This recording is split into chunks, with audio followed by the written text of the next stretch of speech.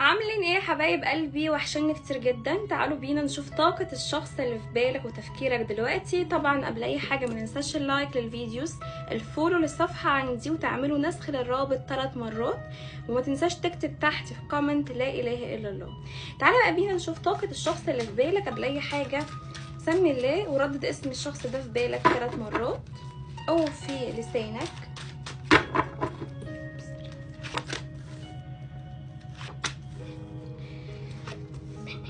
يعني الله الله على الطاقة، ما شاء الله ما شاء الله. شايفة انك انت رغم انك انت حاسس ان العلاقة دي يعني اتأذيت فيها قوي، او العلاقة دي ممكن تكون طالع منها بخسارة، طالع منها بطاقة ممكن تعب، لان واضح ان انت كنت داخل العلاقة دي بنية وقلب أبيض.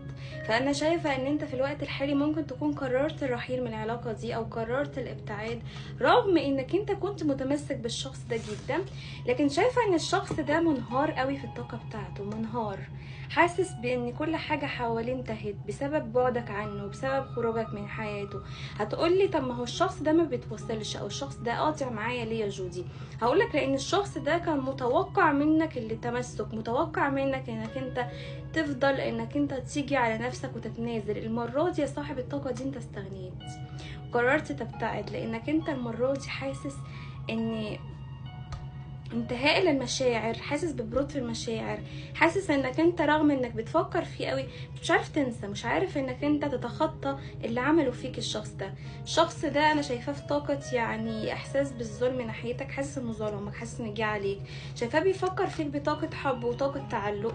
شايفاه ان الشخص ده قاعد بيراقب صورك، بيراقبك على الميديا، حتى لو في ما بينكم بلوكات ممكن يكون بيقعد يفكر فيك وبيقعد يتخيلك يا صاحب الطاقة دي. الشخص ده عنده طاقة يعني احساس بالخسارة، احساس بالندم، احساس بان كل حاجة حواليه انتهت وانت كنت طوق النجاة بالنسبة له.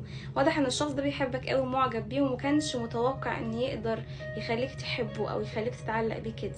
فالظاهر ان الشخص ده انت بعدت عنه، عملت له بلوك، نهيت معاه تواصل، ولكن هو اللي بدأ معاك في الاول.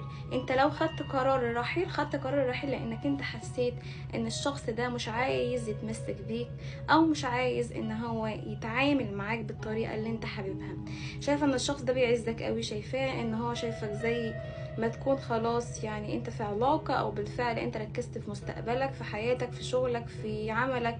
فانا شايفة ان الشخص ده بيحبك قوي، بيقعد يراقبك بطاقة يعني احساس بالحسرة، بالخسارة، بان هو فقد اعز شخص عنده.